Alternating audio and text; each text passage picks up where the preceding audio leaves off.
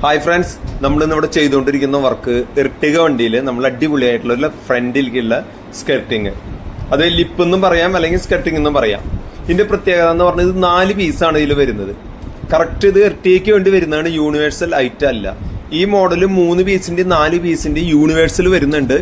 ഇത് യൂണിവേഴ്സൽ അല്ല, ഇത് എർട്ടികയ്ക്ക് വേണ്ടി മാത്രം വരുന്നതാണ്. എന്റെ കട്ടിങ്ങും കാര്യങ്ങളും കറക്റ്റ് ആയിരിക്കും. കണ്ട, ഇപ്പൊ ഫസ്റ്റ് പീസ് വന്ന് ഇപ്പൊ ആളുടെ ഈ നമ്മുടെ അടിയിലെ ഗ്രില്ലിന്റെ അവിടെ വെച്ചൊരു കട്ടിങ് ഉണ്ട്. ആ കട്ടിങ് കറക്റ്റ് ആയിട്ട് തന്നെ അതിൽ വരും.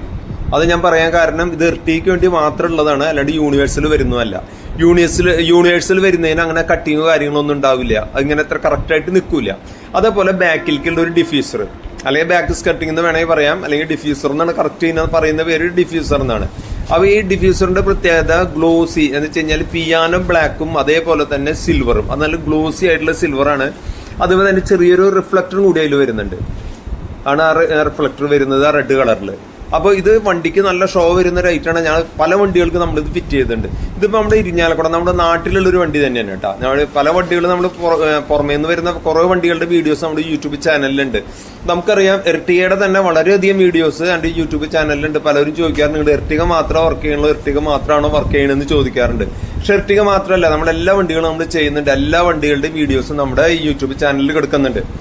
അതേപോലെ തന്നെ ഇപ്പൊ ഇൻസ്റ്റയിൽ ഞാനിപ്പോൾ ഇട്ട് തുടങ്ങിയിട്ടുള്ള അധികം നാളായിട്ടില്ല. ഞാൻ യൂട്യൂബിലാണ് ഏറ്റവും കൂടുതൽ ഞാൻ ഇട്ടിട്ടുള്ളത്. അതേപോലെ തന്നെ ബാക്കിലേക്കുള്ള ഡിഫ്യൂസർ നമ്മൾ ഫിറ്റ് ചെയ്യാൻ പോകുന്നത്. ഇതിന്റെ പ്രത്യേകത എന്ന് പറഞ്ഞു കഴിഞ്ഞാൽ അത് സ്ക്രൂ ചെയ്ത് പിടിപ്പിക്കുന്നതാണ്. നല്ല സ്ട്രോങ് ആയിട്ട് നമുക്ക് പിടിപ്പിക്കാൻ പറ്റും. ഫ്രണ്ടിലത്തെയും സ്ക്രൂ ചെയ്ത് പിടിപ്പിക്കുന്നത് തന്നെയാണ്. ഇത് വണ്ടിക്ക് ശരിക്കും നല്ല ഷോ വരുന്ന ഒരു ഐറ്റമാണ്. ഞാൻ നേരത്തെ പറഞ്ഞ പോലെ ഇത് പെട്ടെന്ന് ഇളകി പോകും, അങ്ങനെയുള്ള യാതൊരു പ്രശ്നങ്ങളും ഇല്ല. വണ്ടി തട്ടൽ വരികയാണെങ്കിൽ ഇത് ABS മെറ്റീരിയലാണ്. വണ്ടി തട്ട അല്ലെങ്കിൽ വല്ല കല്ലുമൊക്കെ വന്നടിക്കുക അങ്ങനത്തെ എന്തെങ്കിലും പ്രശ്നം ഉണ്ടെങ്കിൽ മാത്രം, അല്ലെങ്കിൽ കുളത്തി വലിക്കുക അങ്ങനെയൊക്കെ വന്നിട്ടുണ്ടെങ്കിൽ മാത്രമേ ഇത് വിട്ടുപോരുള്ളൂ. അല്ലാത്ത കണ്ടീഷനിൽ ഇത് വിട്ടുപോരില്ല.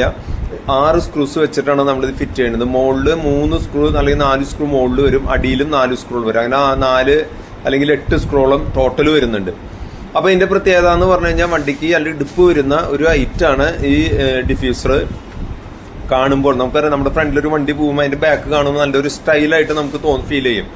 അതിന് വേണ്ടിയിട്ടാണ് നമ്മൾ ഈ ഡിഫ്യൂസർ ഫിറ്റ് ചെയ്യുന്നത്. അപ്പോൾ അതായത് ഫ്രണ്ടിലെ സ്കർട്ടിങ് നമ്മൾ ഫിറ്റ് ചെയ്ത് കഴിഞ്ഞു. അടിപൊളിയായിട്ടുള്ള ഒരു ലിപ്പ് അല്ലെങ്കിൽ സ്കർട്ടിങ് എന്ത് വേണമെങ്കിലും നമുക്ക് അതിന് വിളിക്കാം. അത് 4 പീസാണ്, നല്ല ഷോ വരുന്ന ഐറ്റാണ്.